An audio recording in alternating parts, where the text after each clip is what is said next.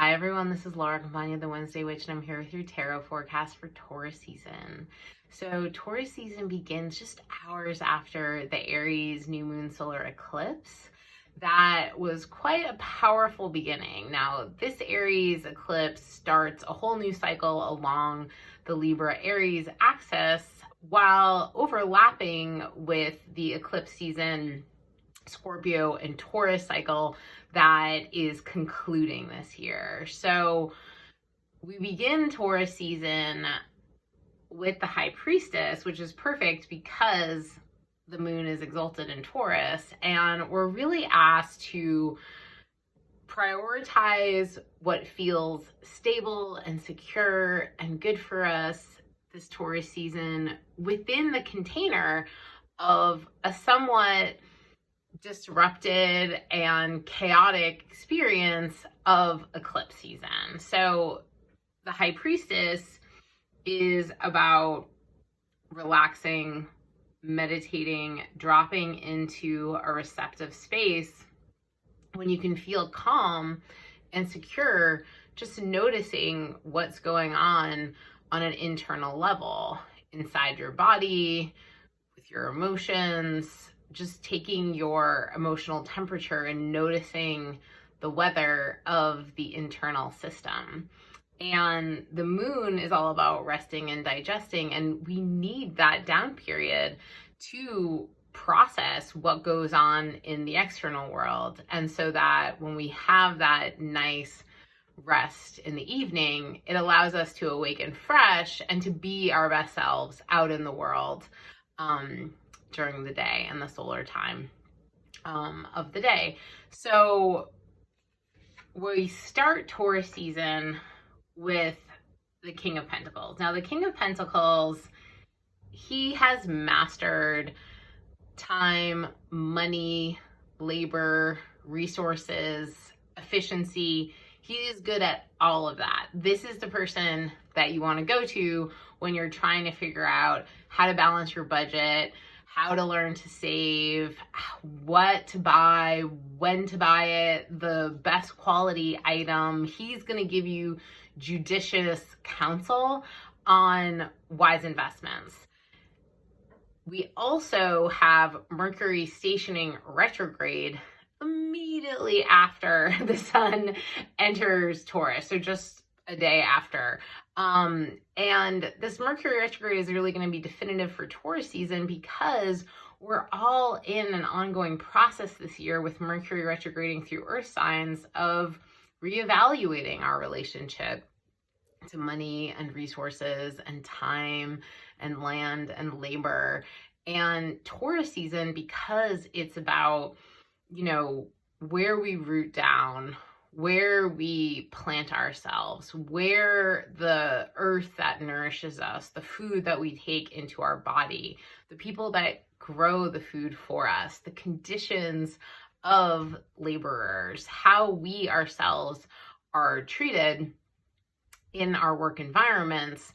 Mercury is really drawing our attention to our own internal conditions. And, we can get really busy and we can just be kind of like going on and trying to just get through things. But Mercury retrogrades are about stopping. Sometimes they're just about pausing, but sometimes we get brought to a full halt and noticing and letting ourselves actually see, oh, when I'm not so busy doing, how does it feel? And if everything doesn't work perfectly, how does it go? And how do I react to that? So notice what you're drawn towards this Taurus season in terms of, do you want to revise your budget? Do you want to make changes to how you're eating? Do you want to be more intentional with supporting your local farmers? Or do you want to do a CSA or a work share trade so you can get access to organic foods? There's a lot of different ways that we can prioritize our own health, and Mercury retrograde in Taurus will help you figure out what is best for you to nourish yourself, both physically and culturally. And our challenge is the Ace of Discs. Now, I love this challenge. This is a great challenge for us because it usually means that what we're starting, if we start small, we're planting a little seed, but it's going to pay off in the long run. And this is really a slow and steady wins the race kind of attitude. We're not getting rich overnight.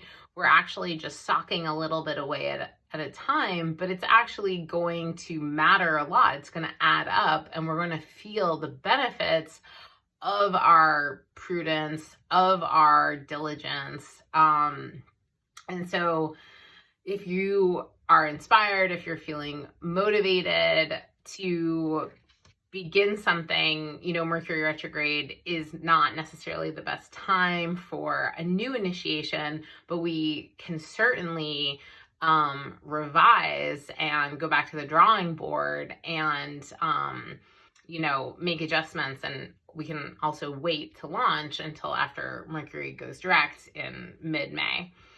And then the final outcome is the Ace of Cups, which I was delighted. I was pleasantly surprised to see this because with Taurus season being eclipse season, we have this added destabilizing effect with Uranus is in Taurus. That's already kind of shaking things up in a way that might feel like too much chaos, but also has been helping us break open and to,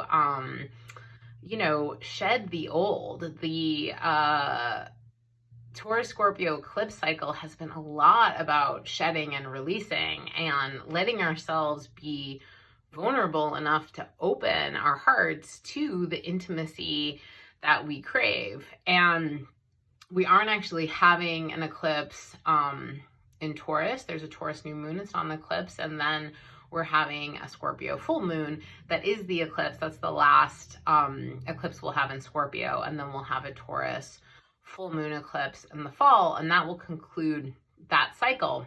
But within this larger context of eclipse season being a little bit unexpected, eclipses are portals. They can take us to new places we weren't expecting. They're catalysts. They hasten the inevitable. They just get things going in a way that can feel a little bit chaotic. The Ace of Cups is letting us know we can still be doing that beautiful opening, like the bud to the flower that is being modeled all around us by Gaia in Taurus season. So let yourself open, notice the flowers and the luscious scents and the softness of the petals, and really try to prioritize pleasure this Taurus season and let yourself find what feels good in all the moments that you can, because a Mercury retrograde within an eclipse, it's not going to be everything going perfectly all the time, but it can still be really nice when we let ourselves just appreciate the small things. And then our bonus card is the Six of Swords, which is about not taking past pain with us into future situations. So I think this is very much about the final Scorpio eclipse that is being ruled by Mars in Cancer. So I don't think anybody's gonna find that enjoyable, but we can use it to really lighten our load and let go of some of the burdens that we've been carrying that have been kind of clogging up the flow, so that we can move forward into the new, into the spring. So I hope that you have such a beautiful Taurus season. If you'd like to know what's in store for you, feel free to book a tarot or astrology reading or schedule an energy healing. Spring is a fabulous time to kind of energize your system, get things going, help flush out the stagnancy, and make way for the new. And I only book through my website, lauracampagna.astrology.com, and I look forward to connecting with you soon.